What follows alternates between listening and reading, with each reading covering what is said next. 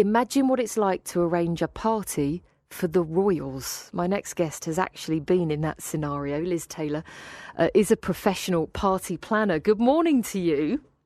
Good morning. You probably get this fairly often, and I do apologise if it's the wrong thing to say, but does that mean your name is Elizabeth Taylor? Actually, shall I tell you something very funny? My staff, for my birthday 2 years ago, bought me a title. So I'm actually now Lady Elizabeth Taylor. That's amazing. How hilarious. It was the best birthday present ever. And for those that know me, because, you know, it's all terribly tongue-in-cheek, but yeah, and I've had it put on my bank cards. So now when I go anywhere, they look at me and you get in it. Honestly, you can buy a title. Yeah, buy yourself one. You could be Lady Claire. Lady Claire, fantastic. Well, I mean, it's perfect then that you are a party planner. You have done for the royals. Talk me through your experience. Oh gosh! Well, first of all, if you read or you listen to books, I wrote a book during lockdown called Tailor Made. It's on Audible and it's on Amazon, and it's the whole story. You know, from the start to the finish, how I got into this crazy business. I got a phone call one Monday morning asking if I could be at Kensington Palace the following day. Sometimes on a Monday morning, you get these crank calls because people are sort of browsing over websites over the weekend and think they'll have a bit of fun. So I was a little reticent, and I said, "Well, like, yes, I can." She said, "Well, we've got an event in 3 weeks' time. You've been recommended, we've been let down, we need this pulling together. It's a dinner for 250 and then it's a concert for 400 people afterwards." And so I said, yeah, okay. And I said, "Have you got the entertainment sorted?" Thinking I'd make a quick buck out of putting a band in there. And she said, "Yes, we have. We've got John Bon Jovi and Taylor Swift." Oh, why not? I thought, okay, right, okay. And then I'm thinking, is this a wind-up or not? And I said, I said, okay. I said, can I ask who the client is? And she said, yes. She said, "It's the Duke of Cambridge." Well, by this time I slid off my chair, you know, but on my right hand I was onto my hairdresser to get my hair done, and on my left hand I was booking my ticket down to London, and it was mega. And because we had such a short lead-in time, we were very lucky because, you know, the security at the palace is ridiculous, and I was really panicking because it involved probably 50-60 production team. I mean, we built stuff, we created stuff, I had set builders, I had lighting designers, I had florists.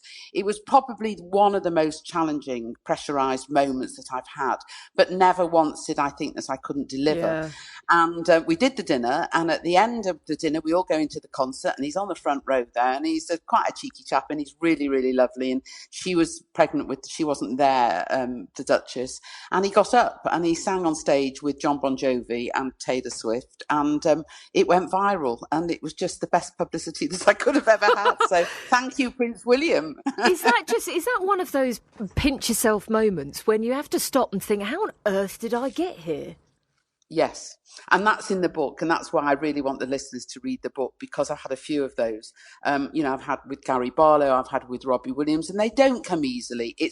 They're not rolling off my tongue like it's a whole, you know, flash thing. It's just that the business that I worked so hard at with 2 young children and as a single mum with no money evolved into something that I never anticipated and took me down this path of, I mean, I could talk to you for hours, but I know we haven't got hours. But yeah, another Monday morning call was somebody who's huge in the music business said, "Giving your number to Peter Kay, he might phone you because his wife's going to be 40.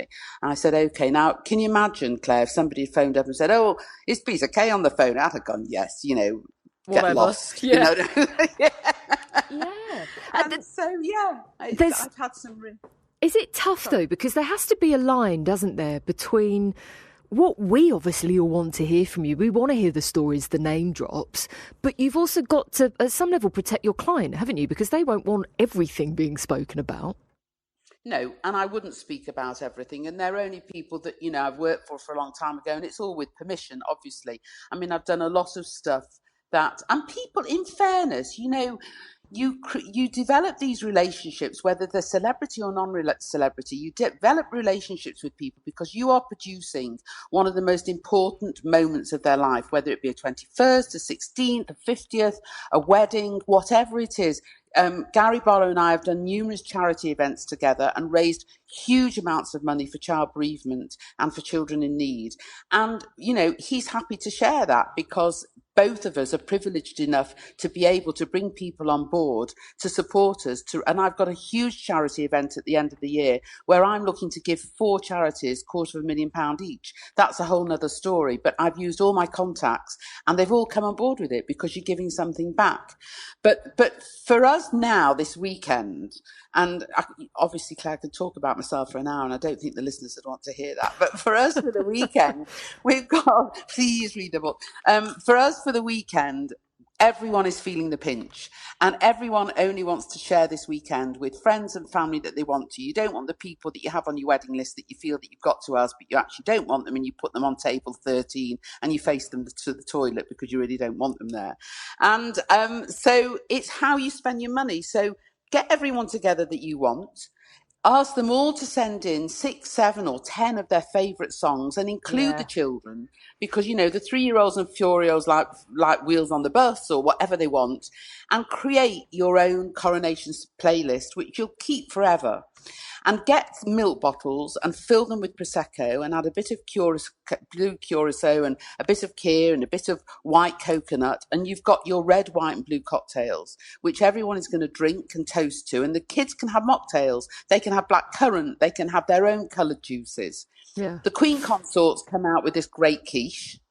So we're all going to go and buy quiches and create a picnic box and put all your favourite things in so you can nibble from 10 a.m. to 10 p.m.